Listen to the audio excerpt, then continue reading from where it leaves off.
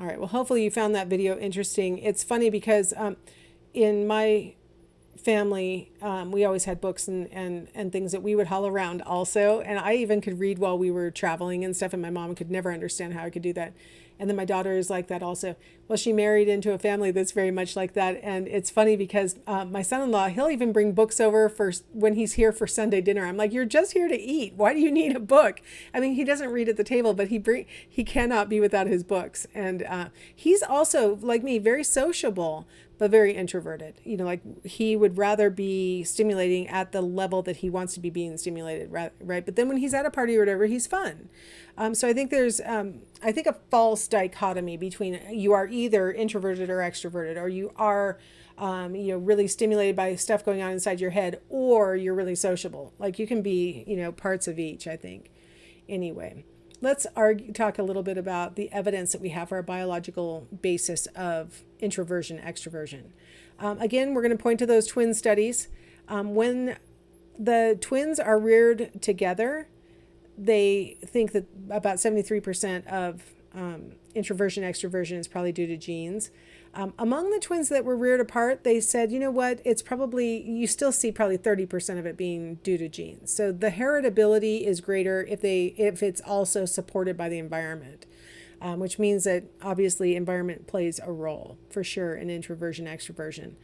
Some of the cross-cultural evidence. When Eysenck developed his scale to try and figure out, what the main personality dimensions were, he went all around the world and he administered the scale in, rural settings, urban settings, collectivistic cultures, individualistic cultures, Northern Hemisphere, Southern Hemisphere. I mean, like he went everywhere.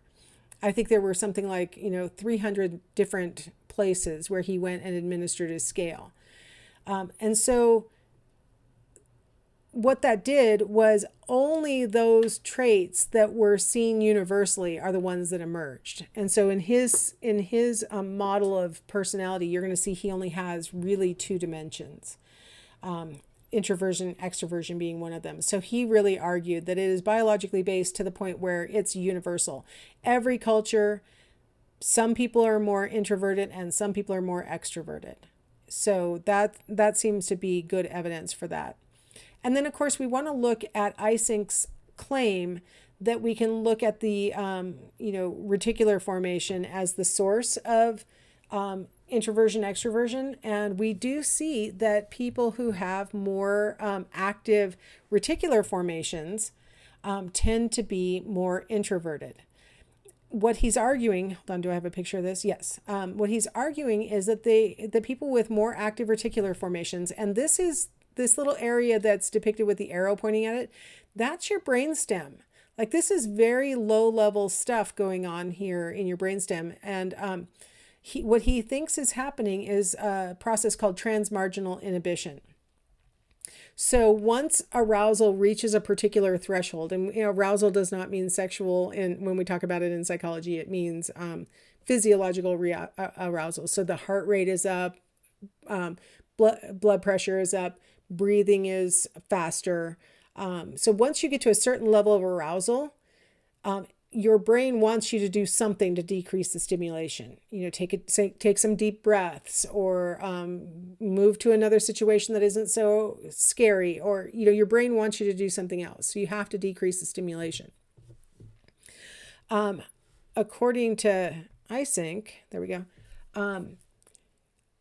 People who are introverted are already operating at a higher level of arousal in their reticular formations at any given moment. An introvert's reticular formation is more active than an extrovert's is. And so they're going to reach the threshold of optimal arousal earlier than an extrovert will, and start to get to the point where this additional stimulation, whether it's noise or music or, people talking or whatever it is, it gets to be perceived as painful way earlier than an extrovert would find it painful. So with greater stimulation, the extrovert will actually look more aroused because they're sort of engaging with it. They're laughing. They're showing evidence that they are wound up. but they like it and they don't find it painful. Whereas the introvert is taking steps to try and withdraw into their shell because they're experiencing it as painful. Like, this is too much. I'm getting overwhelmed. It's too loud. It's too crowded. It's too much. I need to, like, okay, go into my happy place mantra, like, try not to be overwhelmed by this.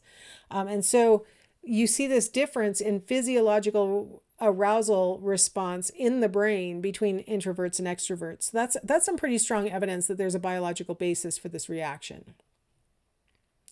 Now, I thought you guys would find it interesting to see that blanking on this guy's name. Hold on.